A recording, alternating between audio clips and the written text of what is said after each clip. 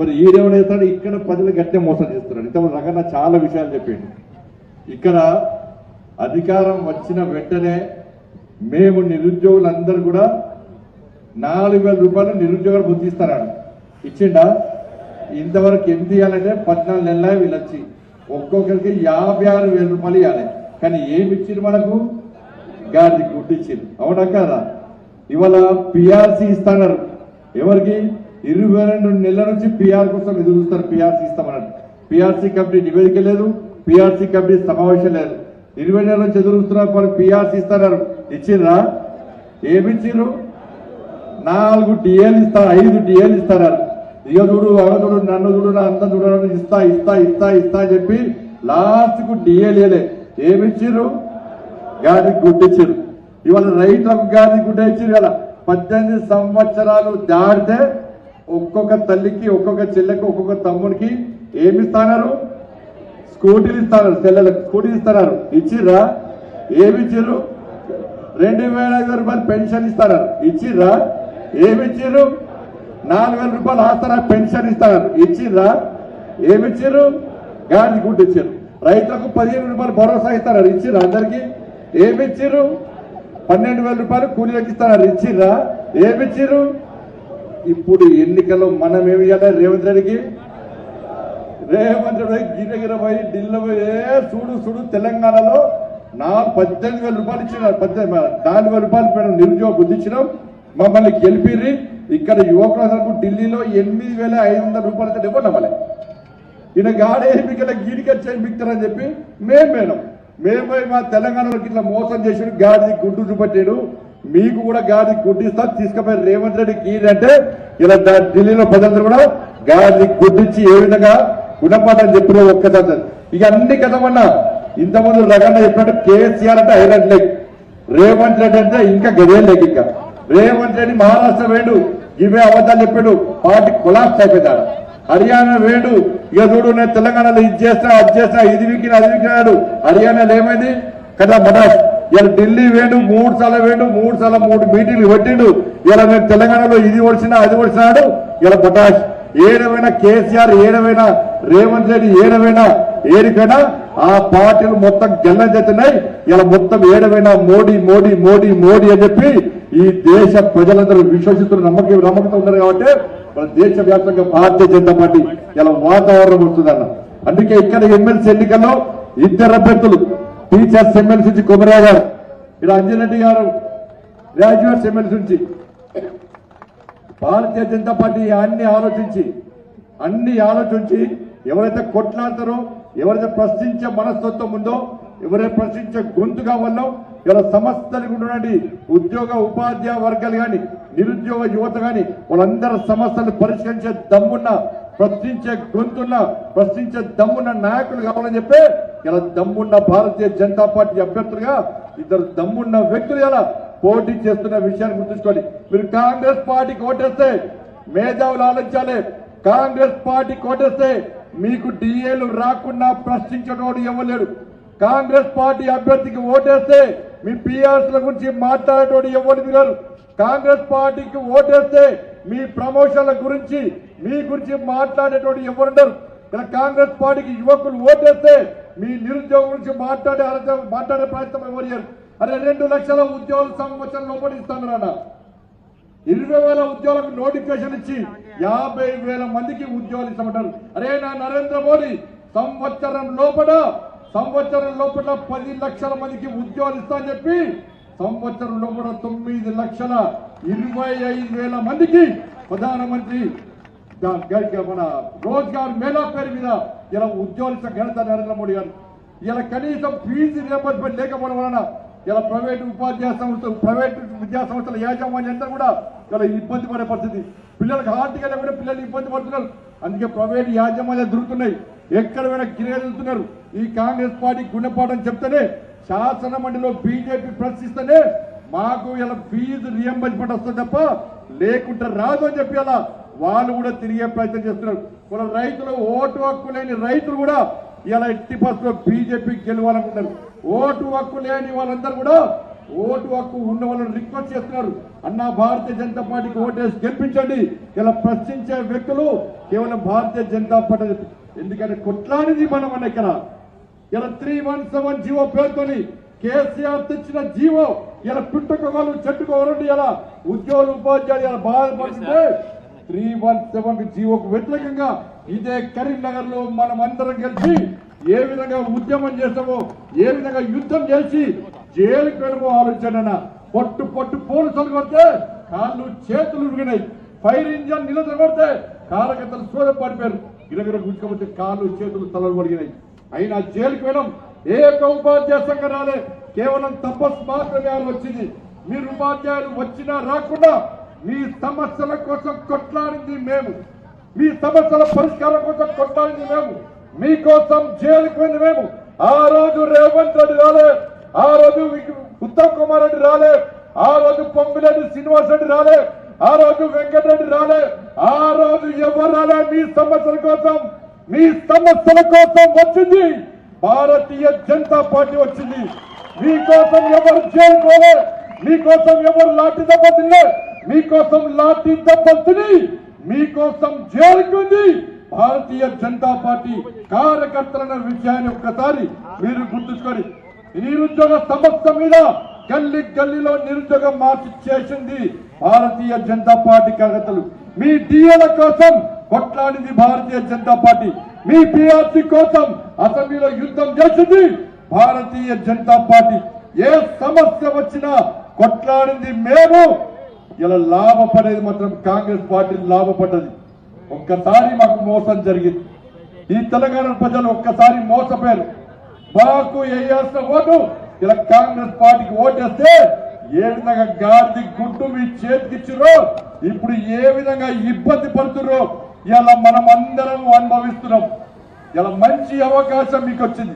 కాంగ్రెస్ పార్టీకి గుణపాఠం చెప్పాలంటే, కాంగ్రెస్ పార్టీ గుణపాఠం చెప్పాలంటే మీ అమూల్యమైన ఓటును ఇలా భారతీయ జనతా పార్టీకి వెళ్ళి 12,70,000 ఐటీ ఎగ్జామ్షన్ మీకు ఇచ్చిన వల్ల ఢిల్లీలో ఉద్యోగులు మేధావి వర్గం అంతా కూడా వన్ సైడ్ వారు, వన్ సైడ్ ఎక్కడ ఓటు గుద్దితే ఇలా కమలం పువ్వు వికసించి చీపురు కొట్టకపోయింది. కాంగ్రెస్ పార్టీ పత్తా లేకుండా పోయిన విషయాన్ని ఒక్కసారి గుర్తుంచుకోండి. ఢిల్లీలో మేధావి వర్గం బీజేపీకి ఓటేసింది. ఇక్కడ మేధావి వర్గం తప్పు చేస్తుందా లేకుండా భారతీయ జనతా పార్టీని గెలిపిస్తారా అని చెప్పి దేశం మొత్తం ఎదురు చూస్తుందన్న. మేధావి వర్గం తప్పు చేద్దన్న. చదువుకున్న మేధావులు తప్పు చేస్తే ఈ సమాజం చాలా ఇబ్బందుల్లో పడుతున్న విషయాన్ని ఒక్కసారి మేధావి వర్గం గుర్తుంచుకోవాలి. ఇలా బీఆర్ఎస్ పార్టీకి క్యాండిడేట్ లేడు. బీఆర్ఎస్ పార్టీ కాంగ్రెస్ పార్టీ ఇద్దరు ఒకటన్నా అసలు ఏమనలేదు. ఎందుకంటే డ్రగ్స్ కేసు అన్నారు, కేసు అయిందా కాలే, ఢిల్లీ పోయి మాట్లాడకచ్చుకున్నాడు. ఏమంటే ఎమ్మెల్సీ ఎన్నికల్లో మేము పోటీ మీకే సపోర్ట్ చేస్తామని పని. కాళేశ్వరం కేసు అన్నారు, ఏమన్నా అయిందా లేదు. ఢిల్లీకి పోయి మళ్ళా వెండు సార్ మేము ఎమ్మెల్సీ ఎన్నికల్లో పోటీ చేయం, మీకే సపోర్ట్ చేస్తాం, మమ్మల్ని జైలుకి పంపుతాడు. ఫామ్ హౌస్ కేసు అయింది, ఏమన్నా అయిందా ఏం కాలే. మళ్ళా ఢిల్లీకి మాటిచ్చుడు ఎమ్మెల్సీ ఎన్నికల్లో మేము పోటీ చేయమని చెప్పేది. మొన్న నిన్న కాకుండా ఇలా ఈ రేస్ కార్ ఈ రేస్ కార్ ఫార్ములా సంబంధించి కేసు అయింది. సుప్రీంకోర్టు వద్దని సుప్రీంకోర్టు అరెస్ట్ చేసుకోమన్నది, హైకోర్టు అరెస్ట్ చేసుకోమన్నది. ఏమైంది ఇలా కేసు ఏమైంది? రేపు ఎల్లుండి అరెస్ట్ అన్నారు, 2 రోజులు అరెస్ట్ చేస్తామన్నారు, 24 గంటలప్పుడు అరెస్ట్ చేస్తామన్నారు. ఏమన్నా అయిందా కాదే. బీఆర్ఎస్ కు కాంగ్రెస్ కు మధ్య ఒప్పందం ఏంటంటే శాసన మండలి ఎన్నికల్లో భారతీయ జనతా పార్టీ గెలుస్తుంది కాబట్టి ఇలా మనము ఒక్కటి కావాలి. మేము ఎమ్మెల్సీ ఎన్నికల్లో క్యాండిడేట్స్ పెట్టాం, కాంగ్రెస్ పార్టీకే సపోర్ట్ చేస్తాం అని చెప్పి ఇద్దరి మధ్యలో లోపాయికారి ఒప్పందం కుదిరింది కాబట్టి కేసీఆర్ కుటుంబం జైలు పోతలేదు. కేసీఆర్ కుటుంబం మీద కేసుల విషయంలో తాత్సారం చేస్తున్న విషయం 100% వాస్తవం. అందుకే దాని నుంచి దృష్టి మళ్లించడానికే ఇలా కుళ్ళ గణనను తీసుకొచ్చి ఇవాళ హిందువులను ఏ విధంగా ఇబ్బంది పడుతున్నారో ఒక్కసారి చాలి. ఎట్లా పెడతారన్నా ఇలా బీసీ జాతిని ఈ కాంగ్రెస్ పార్టీ అవమానిస్తుంది. ఇలా తుర్కలో తీసుకొచ్చి ఇలా బీసీగా గుర్తిస్తే బీసీ సమాజం నడవాలని ఒక్కసారి బీసీ సమాజం ఆలోచించాలి. ఈ తెలంగాణ రాష్ట్రంలో హిందువులు ఆలోచించాలి. అరే హైదరాబాద్ లో వైఎస్ రాజశేఖర రెడ్డి కాంగ్రెస్ ముఖ్యమంత్రిగా ఉన్నప్పుడు 4% రిజర్వేషన్లు ఇచ్చి వాళ్ళని బీసీలుగా గుర్తిస్తే ఈ రోజు హైదరాబాద్ లో హిందువులైన బీసీలు గెలవాల్సిన స్థానాల్లో ఒక్క హిందువు గెలవలేదన్నా, ఒక్క హిందువు గెలవలేదన్నా. ఇలా వాళ్ళకు 10% రిజర్వేషన్ ఇచ్చి వాళ్ళను బీసీగా గుర్తిస్తే ఇలా ఏ గల్లీలో గాని, ఏ గ్రామాల్లో గాని, ఏ పట్టణాలు గాని ఏ ఒక్క బీసీ హిందూ ఎన్నికల గెలవలేరు. మొత్తం రాజ్యం ఇలా వాళ్ళదైతే ఇలా హిందూ సమాజం చేరదొచ్చి చేతి పట్టుకొని కూర్చోవాల్సిన పరిస్థితి వచ్చిందని. అలా ఏమైందన్నా బీసీ సమాజం, ఏమైందన్నా బీసీ సంఘాలు ఊగేటప్పుడు ఉపన్యాసించిన బీసీ సంఘాలు బీసీలను ఉద్ధరిస్తున్న వ్యక్తులు ఎవరు? కులాల మీద పాపులేషన్ తగ్గించింది వాళ్ళ. ఇలా ముస్లింలు బీసీగా గుర్తిస్తే ఇలా ఊరుకునే ప్రసక్తి లేదు. ఇలా మా వాళ్ళిద్దరు గెలిపాడు, మా వాళ్ళ ముగ్గురు గెలిపాడు. ఇంకో 7,400 అన్నా 4 శాసన మండలిని ఈ 4 సభ్యులు కలిసి దత్తరిల్ల విధంగా ఈ ప్రభుత్వాన్ని మెడల్ వంచం, ముస్లింలను బీసీగా గుర్తించొద్దని చెప్పి గుణపాఠం చెప్పే విధంగా ఇలా మనం ప్రయత్నం చేస్తాం. ఇలా మేధావి వర్గం ఆలోచించాలి. ఇలా బీసీ కులాలకు అన్ని అగ్రవర్ణ కులాలు కూడా మద్దతు చెప్తున్నాయి. అరే ముస్లింలను బీసీలుగా గుర్తించడం ఏంటి? ఇదెక్కడి అన్యాయం? బీసీలకు ఇంత ఘోరమైన అన్యాయం జరిగితే ఎట్లా భరించామని చెప్పి అగ్రవర్ణాల్లో కులాలు కూడా ఇలా బీసీ కులాలకు మద్దతు తెలుపుతున్న విషయాన్ని ఇలా రేవంత్ రెడ్డి సర్కార్ గుర్తుంచుకోలే. గుణపాఠం చెప్పండి, మీ ఓటు ద్వారా గుణపాఠం చెప్పండి.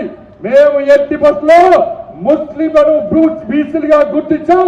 మా సమస్యల పరిష్కారం కోసం మాకు ఏకైక జెండా భారతీయ జనతా పార్టీ అన్న విషయాన్ని ఇలా మేధావి వర్గం అనుసరి ఎక్కడైనా బీసీగా అన్న ఎన్నికల కమిషన్ మొన్న ప్రకటించిన ఓటర్ లిస్ట్ లో ఓటర్ల సంఖ్య ఎంత అంటే 3,30,00,000.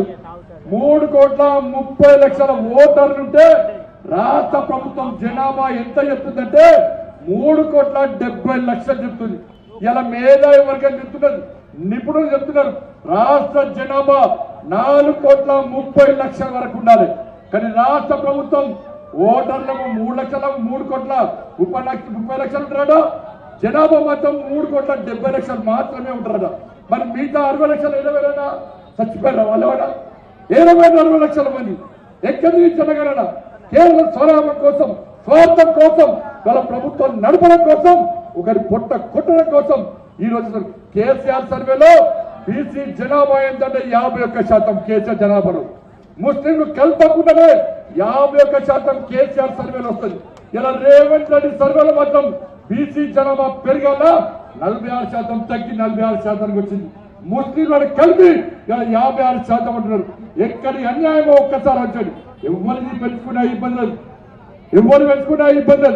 కానీ ఇంకొకరు పొట్టకుంటాడని ఏ సమాజం గుర్తించారో విషయాన్ని గురించి మనం ఆలోచించాల్సి.